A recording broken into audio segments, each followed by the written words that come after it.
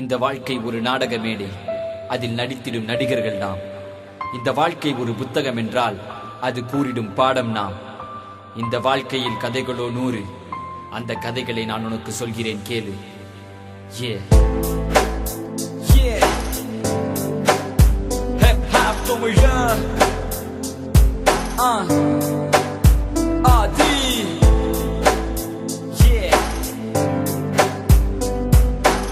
This one's for you. Listen. அவள் பெயர் செல்வி, கட்ட போன கல்வி, பள்ளிக்கூடம் போகையில கவனம் படிப்பில் இல்ல, புத்திமதி சொல்ல யாரும் இல்லை காரணம் இவளுக்கு தாயும் இல்ல தந்தையோ போதையில்ல, பரிதாபம் இவள் நிலைமை, பாசமின்றி வெறுமை, பாசம் காட்ட தந்தைக்கு நேரம் இல்லை என்ன கொடுமை, பாசம் தேடி அலைந்தால் பதுமை கிடைக்கல அதனால் போதைக்கு இவள் அடிமை.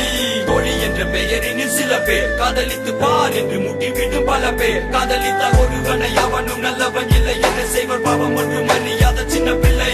ஒரு நாள் போதையில்ல போர்வைக்குள்ள போகையில்ல அவனும் அணைத்து கொள்ள இவளும் தடுக்கவில்லை. இது மட்டுமின்றி பல பெண்களுடன் தொடர்பு, கடைசியில் ஒரு நாள் இது அவளுக்கு தெரிந்து சென்றால் பிரிந்து இவனை மறந்து கையவனின் பசிக்கின்ற குழந்தை விருந்து. விளைவு காதல் தோல்வி, இலவச இணைப்பாக HIV.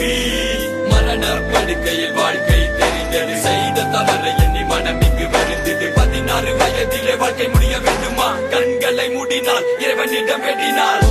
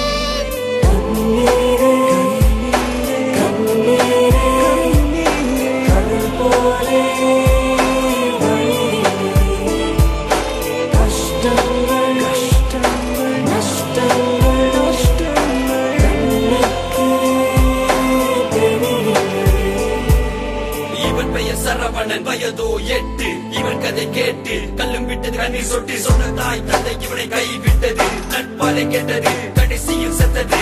தந்தை குடிகாரன், தாய் சரியில்லை போக்கு, சிறு வயதிலே இந்த பிஞ்சு நெஞ்சில் நஞ்சை விதைத்து சமுதாயம் ஒதுக்கிட தவறான நண்பர்கள், சிறு வயதினில் போதை கடுமையாகும் சிறுவர்கள். வறுமை இவன் திறமையை கட்டி போட்டது, கலைஞனாக வேண்டும் என்ற கனவை கட்டி போட்டது. கை கொடுக்க யாரும் இல்லை, கையில் கூட காசு இல்லை, ஐயோ பாவம் என்ன செய்வான் இவன் சின்ன பிள்ளை. நண்பருடன் சேர்ந்து கொண்டு செய்தான் முதல் திருட்டு, 12 வயதில் இவன் மேல வழக்கு, 2 வருடத்தில் மெல்ல மெல்ல மாறினான், 14 வயதில் கொலைகாரன் ஆகிறான். காசுக்காக நண்பனை காட்டி கொடுக்க நடுரோட்டில் வைத்து இவன் அது பிறை பறிக்க, நான் அடிச்சு போட்டா கூட 4 பேரு கேட்பாங்க, யாரும் வந்து தூக்கவில்லை, கேட்க ஒரு நாதி இல்ல. மரண படுக்கையில் வாழ்க்கை தெரிந்தது, செய்த தவறை எண்ணி மனம் இங்கு வருந்தது. 16 வயதிலே வாழ்க்கை முடிய வேண்டுமா, கண்களை மூடினான் இறைவனிடம் வேண்டினான்.